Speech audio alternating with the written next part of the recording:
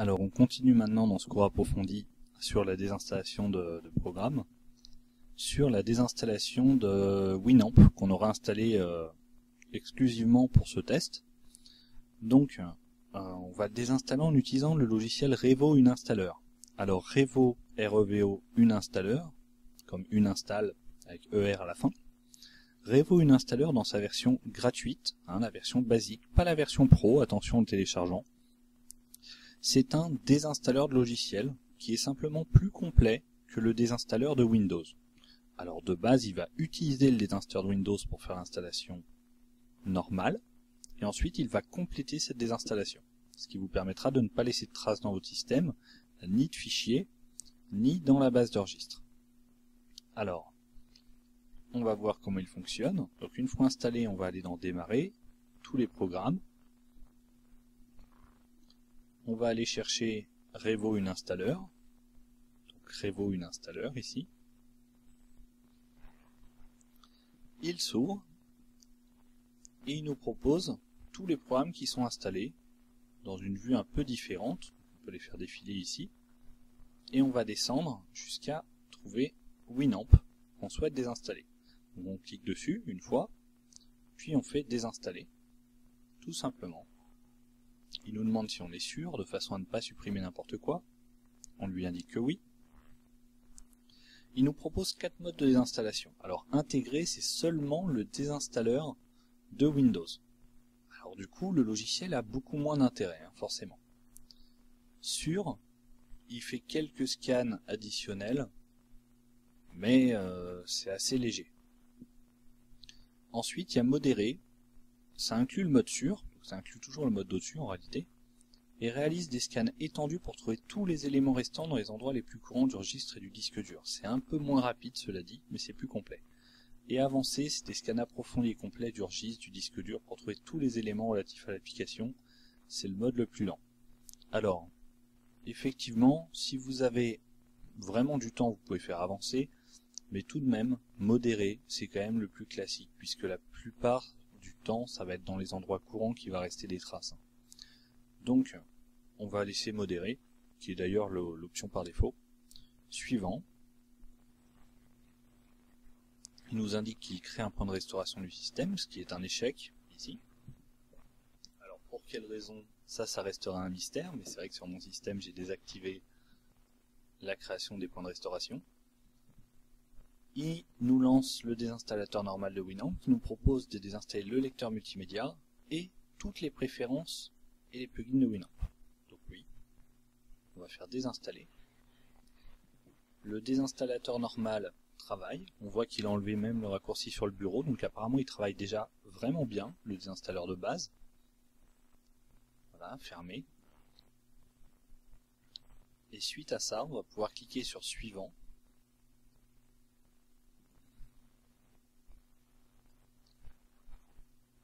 Il est en train de scanner sur le disque dur et dans le registre s'il y a des éléments restants qui n'auraient pas été désinstallés par le désinstalleur normal.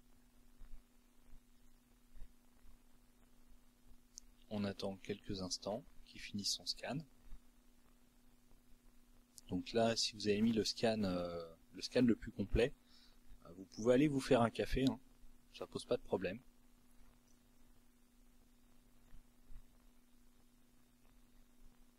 Je rappelle qu'on est en modéré, mais je vais peut-être aussi aller me faire un café. Ça commence à être un petit peu long.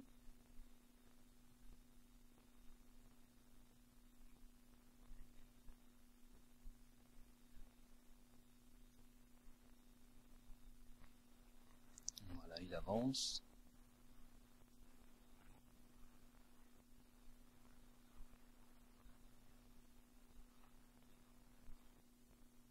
Voilà, il nous dit que le scan des objets restants est terminé. Appuyez sur Suivant pour voir les résultats. Suivant.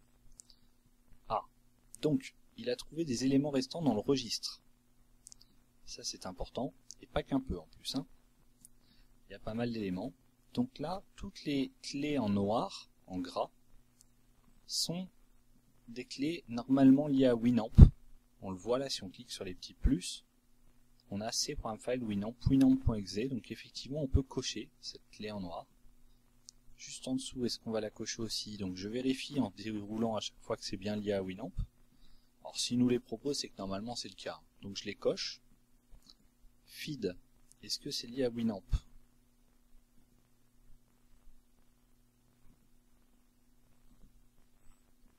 Eh bien, je ne vois rien de lié à Winamp là-dedans. Donc faire très attention. Feed, défaut URL RSS protocole, d'accord. Défaut icône, c'est lié à Outlook. Outlook de Microsoft Office. Shell, Open, commande, ça s'ouvre avec Winamp, en effet. Ils sont associés avec Winamp. Cela dit, ça me paraît effectivement un petit peu risqué de le supprimer. Je ne sais pas si je peux me permettre de supprimer quelque chose qui n'est qu'en partie en relation avec Winamp.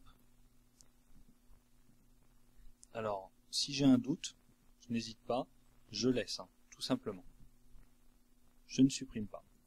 La clé défaut icône, c'est Outlook, je ne vais pas l'enlever. Donc à partir de là, je ne vais pas enlever tout ce qu'il y a dans Feed. Voilà, pour pas faire de bêtises, tout simplement. Par contre, en dessous, MMS Shell à nouveau, OnQ, commande, Winamp, ça je confirme. Défaut et mettre à la suite dans Winamp, je confirme. Drop target, CLSID, je ne sais pas ce que c'est. Alors ce qu'il faut savoir, on peut le cocher puisque OnQ, ça veut dire mettre à la suite, c'est une des commandes du clic droit de Winamp. Donc on peut cocher OnQ directement et donc tout ce qui est en dessous. Encore faut-il le savoir, il est vrai. Avec un peu d'expérience, on apprend à deviner ce genre de choses. Liste bookmark, à nouveau, c'est une option du clic droit. Commande liée à Winamp, défaut ajouté au signet de Winamp, donc c'est bon. Et play qui veut dire jouer dans Winamp avec la commande liée à Winamp. Donc on coche aussi. Pcast, qui est sûrement lié voilà, au podcast, protocole des podcasts. On voit en ouvrant que c'est lié à Winamp. Vraiment. Il n'y a pas d'autres applications liées. Je pense qu'on va pouvoir effectivement supprimer ça sans trop de risques.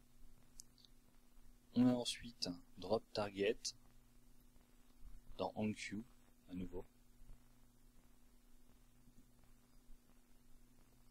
On a Play, Drop Target ici aussi. Et enfin Winamp. Un dossier qui s'appelle Winamp, forcément on va pouvoir l'effacer.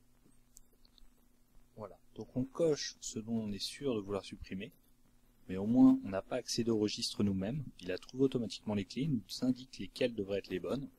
Il y a fort à parier que le protocole feed, ça soit aussi le RSS protocole, excusez-moi, le protocole RSS effectivement, ça soit aussi lié à Winamp, en tout cas qu'on les ouvre avec Winamp. Cela dit, dans le doute, on laisse. Donc une fois que c'est coché ce que vous voulez supprimer, vous cliquez sur supprimer, tout simplement. Et vous dites oui. Il supprime les éléments qui étaient cochés et vous pouvez faire suivant. Vous avez supprimé les traces de la base de registre. C'est pas tout. En faisant suivant, il vous dit qu'il trouve des fichiers et des répertoires qui restent après la désinstallation et qui sont liés à Winamp. Et là, c'est clair qu'il n'a pas tort. Ces programmes file Winamp, ça commence comme ça pour tous les fichiers et dossiers qu'il a trouvés. Le dossier lui-même de Winamp dans ces programmes file n'est pas supprimé, ce qui est absolument anormal, ainsi que les dossiers de plugins et quelques plugins et un dossier système. Donc on sélectionne tout ici, après avoir vérifié qu'il n'y ait pas des dossiers ou des fichiers qui soient correspondant à autre chose ou qui n'aient rien à voir avec Winamp, auquel cas on les coche surtout pas, on ne va pas les effacer.